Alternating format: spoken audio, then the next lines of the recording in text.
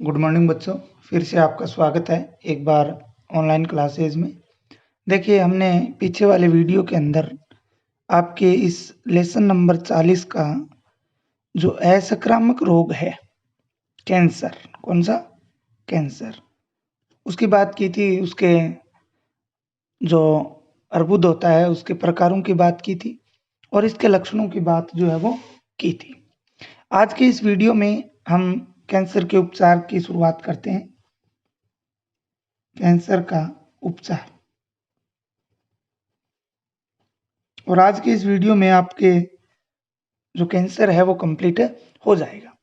देखिए, कैंसर के उपचार की बात करते हैं तो प्यारे बच्चों, कैंसर के लिए विभिन्न चिकित्सा पद्धतियों का काम में लिया जाता है, लेकिन मुख्य रूप से जो हम बात करें तो दो प्रकार की चिकित्सा पद्धति इसमें काम ली जाती है। एक तो होती है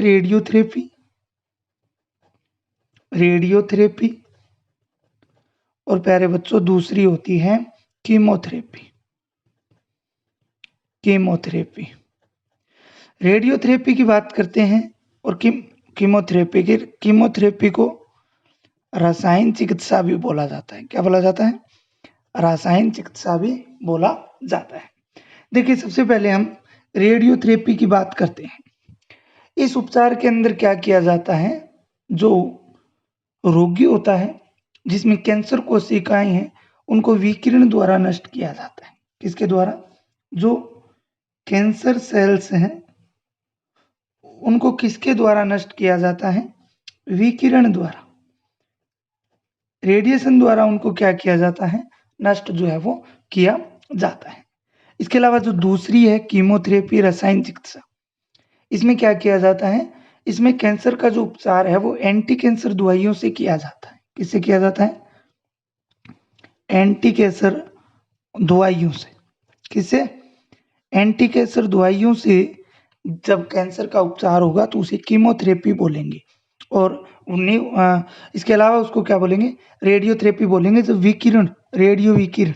ठीक है, तो इस प्रकार से कीमो रसायन मतलब रासायनिक दवाइयों का उपयोग हम करेंगे। ये थी। लेकिन आजकल अगर वर्तमान में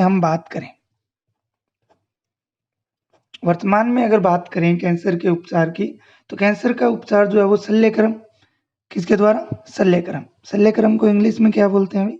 सर्जरी। क्या बोला जाता है? सर्जरी। ठीक है ना, शल्यक्रम। इसके अलावा विकिरण चिकित्सा, रेडियोथेरेपी, कीमोथेरेपी के संयोजन से किया जाता है। ठीक है ना, सर्जरी हो गई, ठीक है, रेडियोथेरेपी हो गई, ठीक है, इसके अलावा जो कीमोथेरेपी हो गई,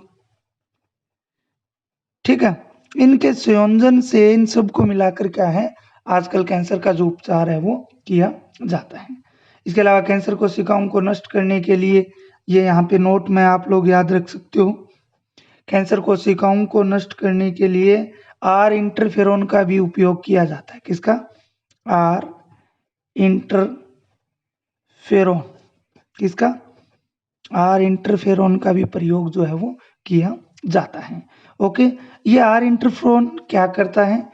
ये शरीर में प्रतिरक्षा तंत्र को सक्रिय करता है। जो हमारे शरीर का इम्यूनो सिस्टम होता है, कौन सा सिस्टम? इम्यूनो सिस्टम होता है, उसको ये क्या करता है? एक्टिव करता है। इम्यूनो सिस्टम को क्या करता है? एक्टिव करता है। जो क्या है? कैंसर सेल है, उन कैंसर सेल को क्या कर देता है? नष्ट कर देता है। कैंसर सेल को क्या कर देता है? नष्ट कर देता है।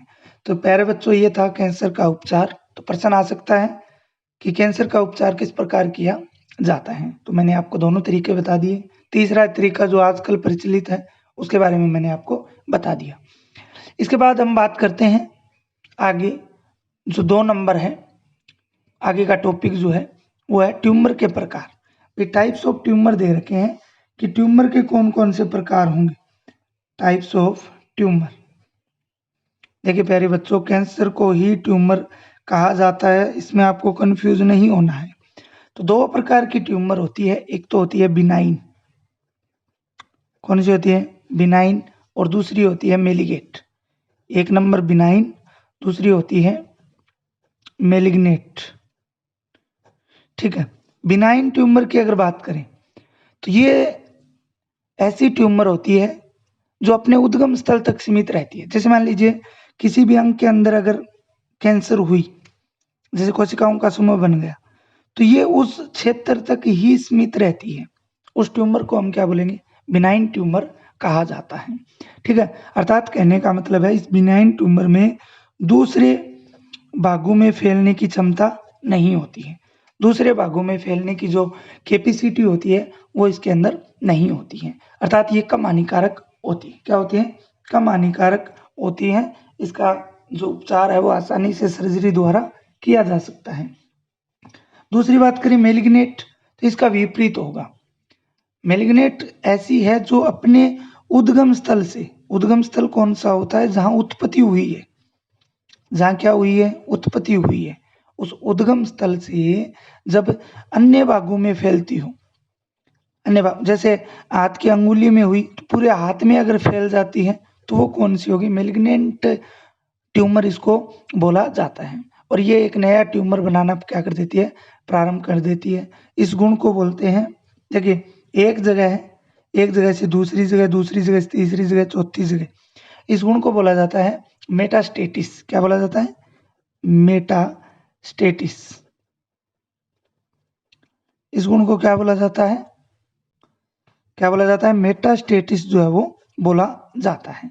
तो दोनों बिनाइन और मेलिग्नेंट ट्यूमर का भी आपको पता होना चाहिए। अब बात करते हैं कैंसर के कारण।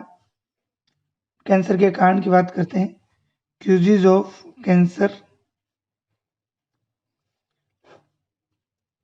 कैंसर के कारणों की बात कर लेते हैं। प्यारे बच्चों, कैंसर भी जिन कारकों से, अगर हम बात करें कि जिन कारकों से सामान्य कोशिकाएं कैंसर कोशिकाओं में बदल जाती हैं, उन्हें कार्सिनोजन कहा जाता है।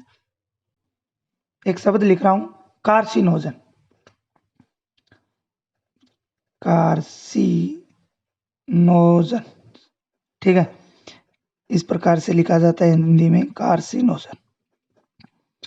प्यारे बच्चों, कार्सिनोजन की बात करते हैं तो मान लीजिए कोई हमारे शरीर के अंदर सिंपल सेल है, सामान्य कोशिका है, और ये किस में डिवाइड हो गई? ये ट्यूमर सेल में डिवाइड हो गई, अर्थात कैंसर कोशिका में डिवाइड हो गई। तो उन जिन कारकों की वजह से ये हुई है, उन कारकों को हम क्या बोलेंगे? कार्सिनोजन बोलेंगे। क्या बोलेंगे? कार्सिनोजन बोलेंगे। ये कारक अगर हम बात करें तो ये फिजिकली भी हो सकते हैं। कैसे हो सकते हैं? फिजिकली भी हो सकते हैं।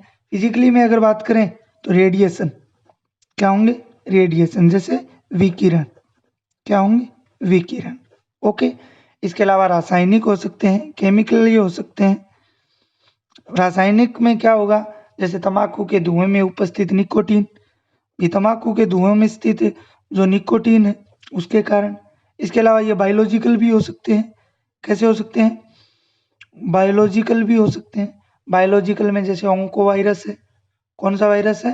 ओंको वायरस है, जो ये फर्स्ट ग्रेड में पर्सन आया हुआ है। तो ये क्या है? कैंसर के कारण है जिनके माध्यम से ये होती हैं। इसके अलावा पैराबैंगनी जो यूवी रेडिएशंस हैं वो डीएनए में उत्परिवर्तन कर त्वचा कैंसर उत्पन्न करते हैं, जबकि एक्स किरण ल्यूकेमिया उत्पन्न करते हैं, रक्त कैंसर, ठीक है ना, जिसे हम ब्लड कैंसर बोलते हैं। ब्लड कैंसर किसके द्वारा होता है? एक्स रेडिएशन के कारण, एक्स विकिरण या किरण के कारण होता है, जिसके कारण जिसे हम ल्यूकेमिया बोला जाता है। क्या बोला जाता है?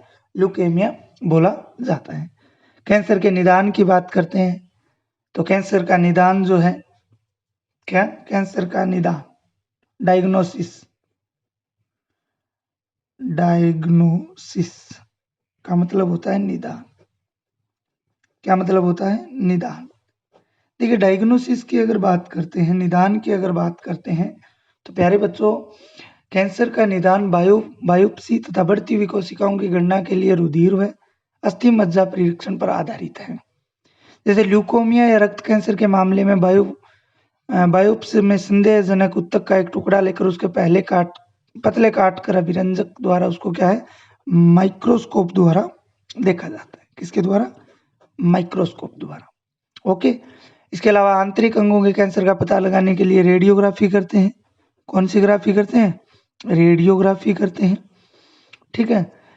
तो रेडियोग्राफी के अंदर एक सीटी स्कैन होता है, कंप्यूटेड टोमोग्राफी, कंप्यूटेड टोमोग्राफी, ठीक है। इसके अलावा मैग्नेटिक रेजोनेंस इमेजिंग एमआरआई होती है। क्या होती है? एमआरआई। देखिए ये पहले आपके पूरे थे चैप्टर, लेकिन 42वें चैप्टर में थे जो आपके हट गया है। तो ये एमआरआई की फुल फॉर्म क्या होगी? Magnetic resonance imaging.